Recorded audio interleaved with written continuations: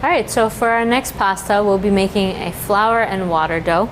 Again, we're going to start off with a sheet pan. You could do this in a bowl, you could do this on your counter, but this helps to alleviate some of the mess. We've got, again, our good olive oil. We've got some fresh basil. We have some kosher salt. We've got our durum flour. So durum flour, again, is the flour that we need in order to make a flour and water pasta dough. This same flour is what makes dried pasta.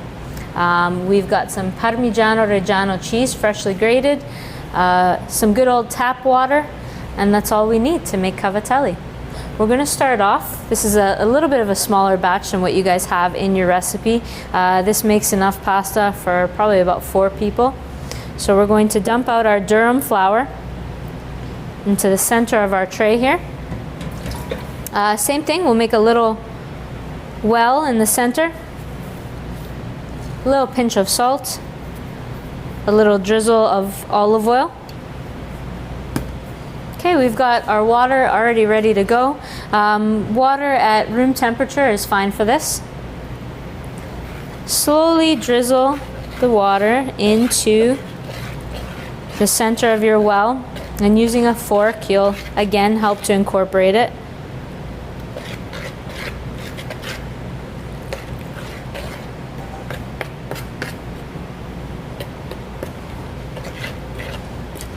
Okay, same thing. You kind of want to just help to move this along, help the fork to incorporate our water in there. Again, I'm going to use a bench scraper. They are very, very useful. And I'm going to cut the water and flour together, and that helps the flour to saturate. And that's really what we're looking for here, is to saturate the flour. So it's going to look like a big, dry, shaggy mess, this one especially.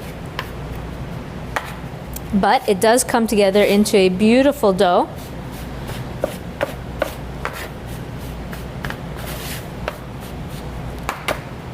I'm going to go ahead and start bringing it together with my hands. And to give you an idea too, what 100 grams of flour is, there are about 125 grams of flour to a cup, so that you have a little bit of a better idea of what I mean by 100 grams of flour. So I'm going to do the same process here, pick up as much of this flour as I can, and I'm going to go ahead and transfer it onto my cutting board. And again, using the heel of my hand, I'm going to begin to bring this together. So you really want to kind of dig in there, fold it over, a quarter turn each time. And even if it looks a little bit dry, don't be afraid. It will come together after you start kneading it very intensely. If your dough isn't coming together, if it is too dry, you can add a little more water. Now, certain things will affect your pasta making, just like with any dough. The humidity in the air that day will affect it. How dry a room is will affect it. Sometimes even your ingredients. Maybe your flour might be a little on the wetter side. So it's important to be aware of all these little nuances. And as you learn your doughs and as you make it more frequently, you will find that you get a hand for it. Dough is all about feel. So be mindful of those little things. Fortunately, most of us have, nice temperature controlled, air conditioned kitchens, so we don't have to worry about that. But don't be afraid to add a little bit extra water if you feel the need to. You don't want to add too much because you don't want your dough to be too sticky, but feel free to add a little bit.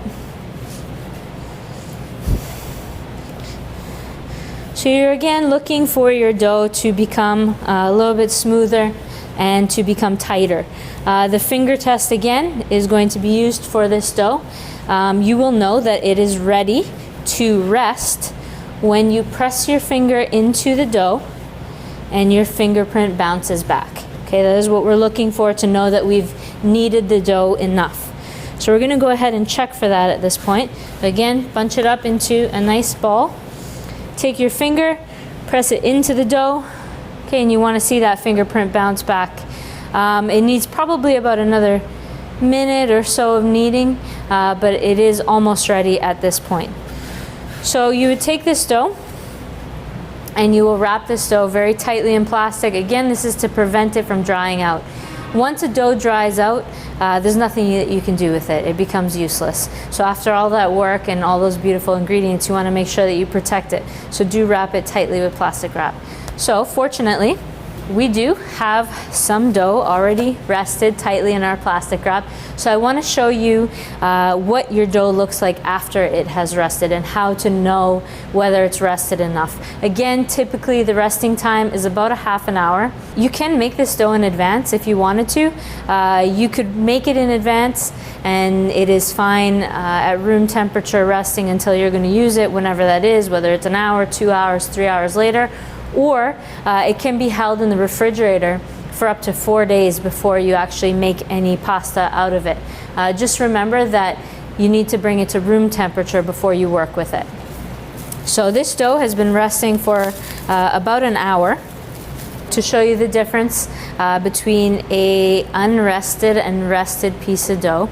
When I press my finger into this unrested piece of dough, you'll see that that fingerprint is very hard to retain and it bounces back very quickly. Whereas if I press my finger into this dough, it's very soft and easy and it will hold that fingerprint all day.